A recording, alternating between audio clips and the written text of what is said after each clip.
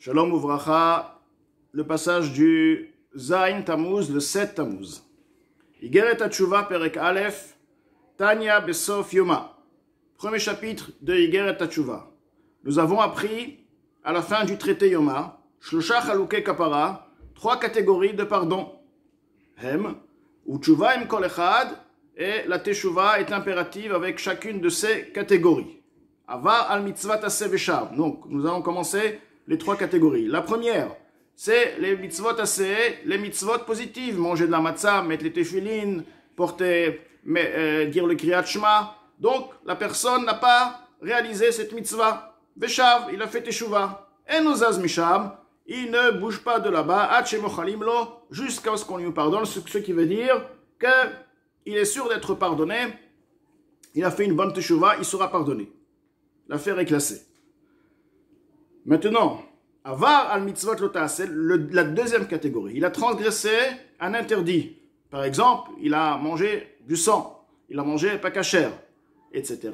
Les interdits. Veshav, il a fait teshuva, d'accord? Teshuva tola veyom kippur mechaper. Alors, effectivement, la teshuva, elle est valable, et tola, elle a la force de suspendre la punition. Donc, la teshuva n'a pas expié la faute totalement, mais elle suspend le châtiment, la punition. Veyom kippurim mechaper, et ce sera uniquement le jour de Kippour où la faute sera complètement purifiée, la faute sera complètement pardonnée. Pirouche, bon, Admour HaZaken va nous expliquer, apparemment, nous pouvons constater que mitzvot aseh est moins grave que mitzvot aseh, car on voit que mitzvot aseh, les commandements positifs, avec le teshuva, tout est réglé, alors que le lota aseh, il faut aussi Yom Kippour. Admour HaZaken nous expliquer que non, ce n'est pas lié à la grandeur et à la puissance de la mitzvah, comme il va nous expliquer, on va le voir dans les mots. Puis, explication des afl, garder les liens qui ont mitzvot assez bien, qu'en ce qui concerne l'accomplissement des mitzvot assez gdola, elle est bien plus puissante. Donc, le Admour HaZaken nous dit mitzvot assez encore bien plus puissante que les mitzvot lota assez. Pourquoi? Chez Dochat lota assez, on peut constater que lorsque nous avons une mitzvah, et cette mitzvah, pour accomplir cette mitzvah, nous allons devoir transgresser un interdit. Par exemple, la Brit Mila, nous savons très bien que la lèpre, c'est interdit de la couper. D'enlever la lèpre, au temps du Beth Amikdash, il fallait que le Kohen vienne et intervienne, comme la Torah demande de faire toute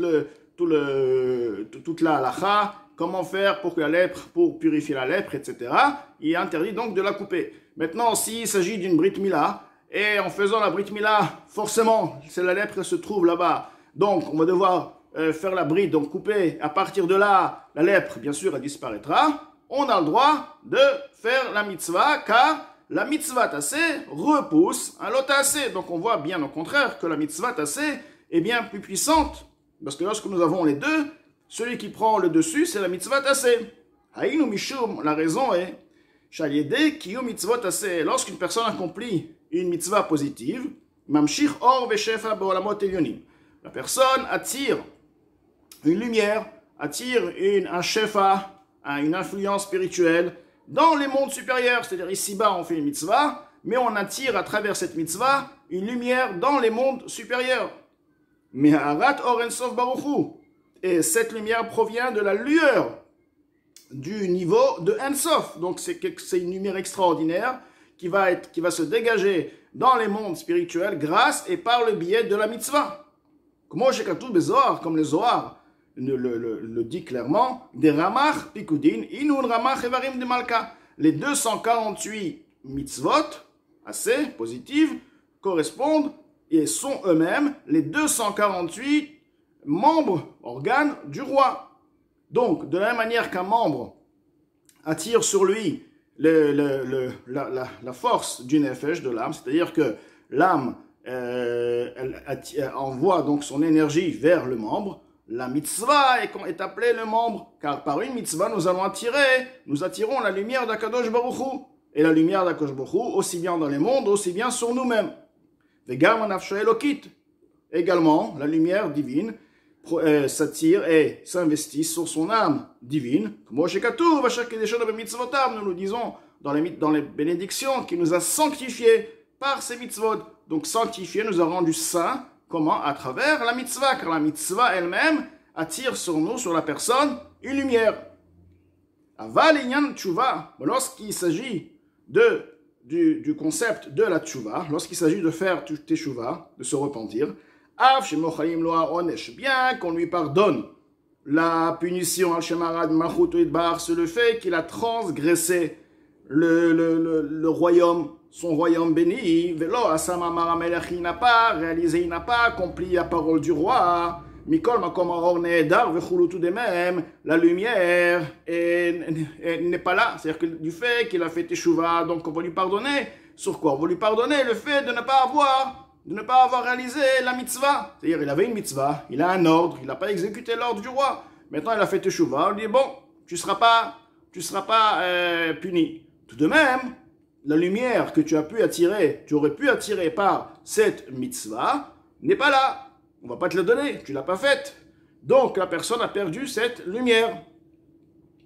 Kema Razal, ou Kema Razal, comme les paroles de nos maîtres de mémoire bénis, Al pasuk meuvat lo yuchal litkon, le tordu ne pourra pas être réparé. Ze shebitel kriyat shema shel arvit o vechulu, c'est celui qui n'a pas lu le kriyat shema du soir. Donc il y a une mitzvah positive de lire le kriyat shema le matin et le soir. Celui qui l'a pas fait, qui l'a oublié ou qui voulait pas la faire, il a fait teshuva, il ne sera pas puni, mais tout de même la lumière qu'il aurait attirée sur lui et dans les mondes spirituels, il a perdu aussi. Bien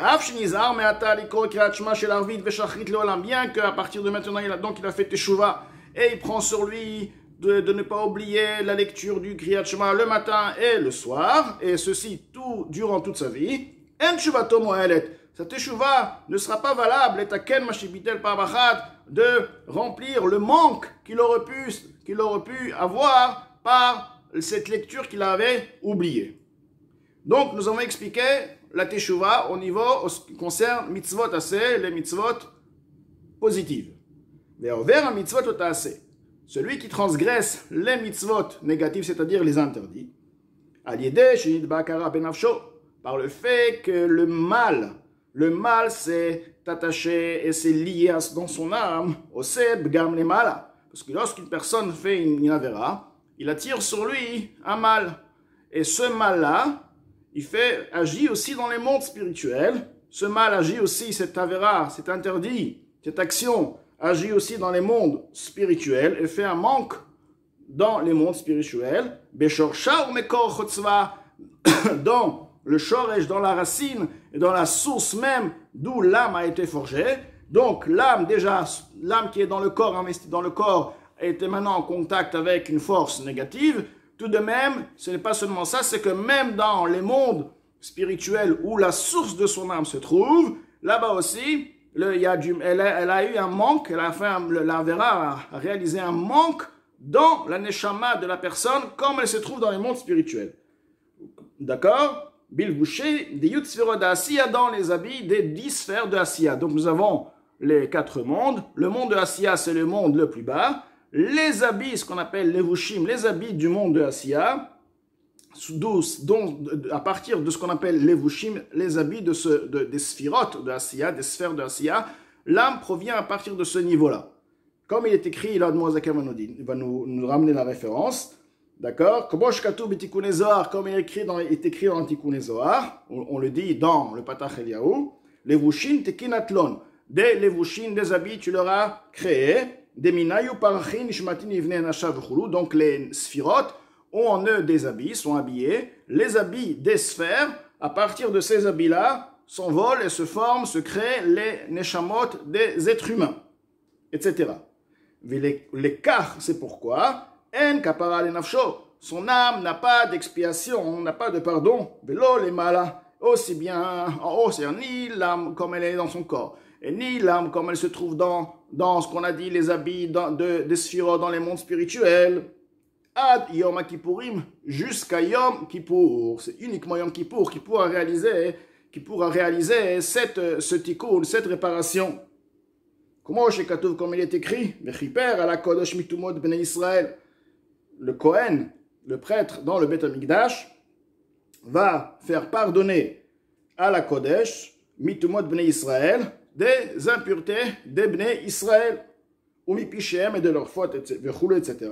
Lifnei Hashem titaru, lifnei Hashem, ce qui veut dire devant Hashem, mais ce qui veut dire aussi lifnei Hashem daika, devant, c'est un niveau qui est plus élevé que Hashem, précisément, c'est-à-dire que c'est justement le niveau qui dépasse le nom de Hashem, c'est un niveau bien plus élevé, un niveau spirituel, qui va permettre à un or de descendre et de rectifier les habits des sphirotes, donc les habits d'où son âme provient, et aussi bien son âme divine comme elle est dans son corps. C'est pourquoi nous ne pouvons apprendre aucune légèreté, aucune permission. Chas v'shalom et mitzvot assez. En ce qui concerne les mitzvot positives, et particulièrement dans ce qui concerne l'étude de la Torah. C'est-à-dire, on ne va pas dire, bon, mitzvot assez, c'est facile, on fait teshuva, et hop, tout est terminé directement. Alors, mitzvot assez, les interdits, ça sera déjà plus compliqué, il faut attendre Yom Kippour. La mitzvot assez, bon, je ferai teshuva. Non, parce que la mitzvot assez, ils sont bien plus puissants. Et pas seulement ça, mitzvot assez, celui qui a fait teshuva. Effectivement, il a eu teshuva, il a eu le pardon de quoi? De la punition de ne pas avoir respecté l'ordre du roi. Mais le manque qu'il a eu, il n'aura plus jamais, il ne pourra plus jamais retrouver la lumière qu'il aurait pu influencer sur son âme et dans les mondes spirituels grâce à cette mitzvah. Donc, quelque part, il est perdant totalement, même s'il a fait teshuva. Le manque à gagner et se restera toujours. Donc, on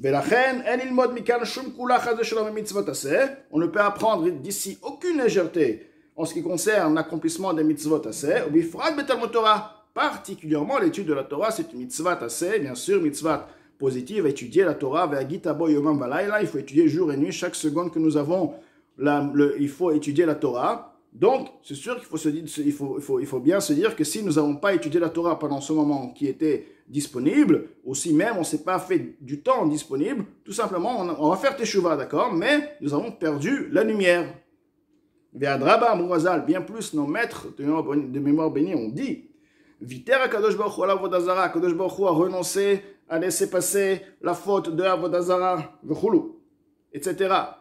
Af she'en kritot mitot bedin, bien que faire Avodazara, de l'idolâtrie, c'est passible de retranchement, c'est passible de peine de mort par le tribunal rabbinique, par le Betadin.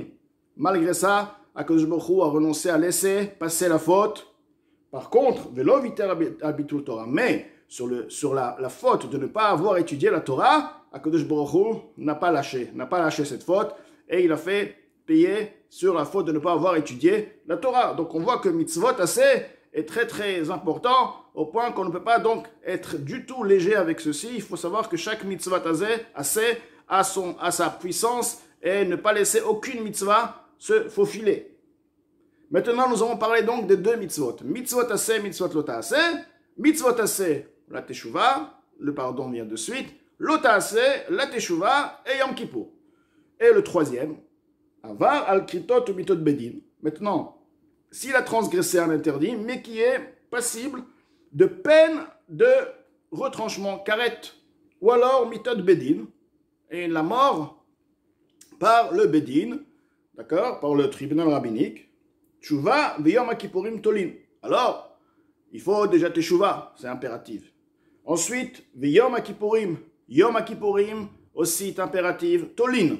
Ils vont suspendre le châtiment, la punition. C'est-à-dire que la personne a fait teshuva, et yom kippour est passé, la personne n'aura pas la punition. Tout de même, la punition est toujours là, et il faudra nécessairement yisur v'yisurim markin, les yisurim, ce qui veut dire les souffrances, malheureusement, ce qui va devoir passer durant sa vie des souffrances, ils seront là pour nettoyer, pour lui enlever ce mal, le mal qu'il a fait, le rat qu'il a fait, et qui est dans les mondes spirituels et qui est sur son âme aussi. Automatiquement, une fois que le mal sera nettoyé, une fois que la saleté sera nettoyée, donc le châtiment sera complètement enlevé, il n'y aura plus de punition.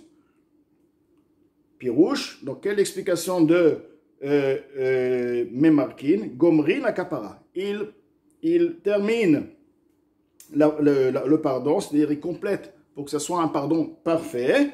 Vehu milashon merika veshtifa, ceci vient du mot merika veshtifa, c'est-à-dire un lavage et un nettoyage. Les tzartzeach hanefesh, pour nettoyer, pour polir l'âme.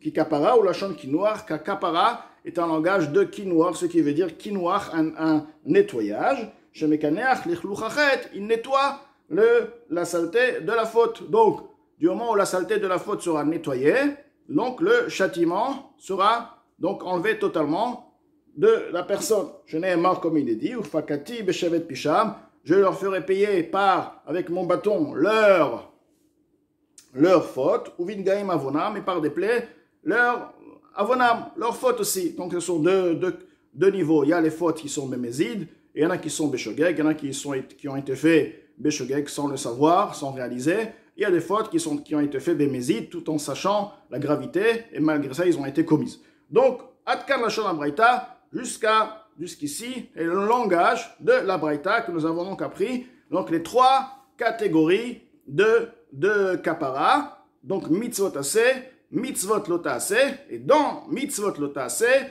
nous avons aussi